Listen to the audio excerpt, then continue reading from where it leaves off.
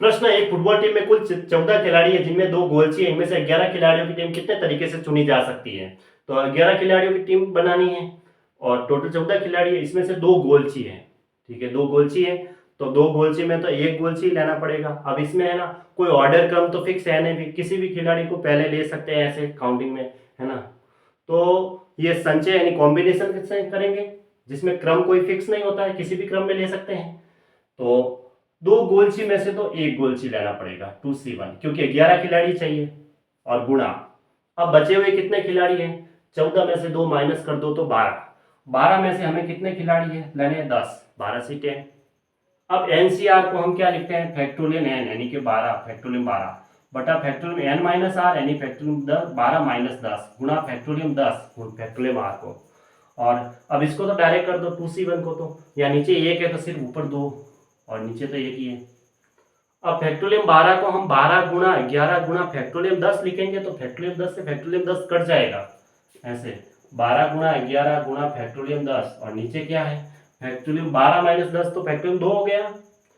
Factorial 2 को हम क्या लिख सकते हैं? 2 गुणा 1, और ये फैक्टोरियल 10 ऐसा कैसा, और इधर 2 बटा 1, ये 10 फैक्टोरियल 10 से फैक्टोरियल 10 कट गया, 2 से 2 भी कट गया, तो 12 गुणा 11 कितना आया? 132। ये इसका आंसर है ना, 132 यानी ऑप्शन ए सही है।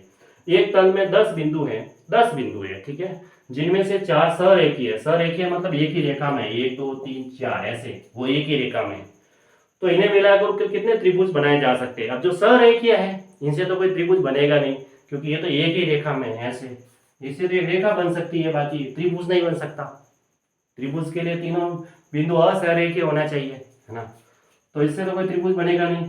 तो फिर ये 10 बिंदु है, 4 सरेखीय बिंदु से त्रिभुज नहीं बनेगा। तो अगर 10 बिंदु है, अब त्रिभुज बनाने के लिए कम से कम 3 बिंदुओं की जरूरत होती है, तो tan c3 हो गया। 10 में से कितने? 3 बिंदुओं से कितने त्रिभुज बनाएंगे? लेकिन इन 4 से तो त्रिभुज बनेगा नहीं, तो इसके माइनस कर दो 4C3 ऐसे, क्योंकि 4 बिंदु है, इसमें से तो त्रिभुज नहीं बनेगा, तो 4 से 3 माइनस कर दो। तो ये लो, इतने त्रिभुज बनाए जा सकते हैं। अब tan c3 यानी एनसीआर क्या होता है? फैक्टोरियल एन बटा फैक्टोरियल एन माइनस आर गुणा फैक्टोरियल आर।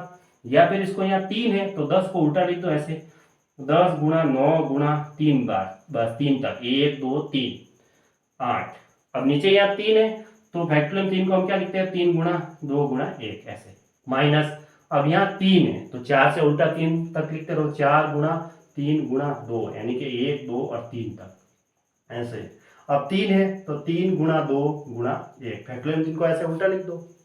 अब 3 2 से ये तो 3 2 तो कट गया। अब 2 से इसको काट दो 5 बार, और 3 से इसको काट दो 3 बार, तो 8 और 5 40, 40 को 3 से गुणा किया 120। 120 माइनस 4 कितना हुआ? 116। तो 116 इसका राइट आंसर है, ठीक है, यानी ऑप्शन ए सही है।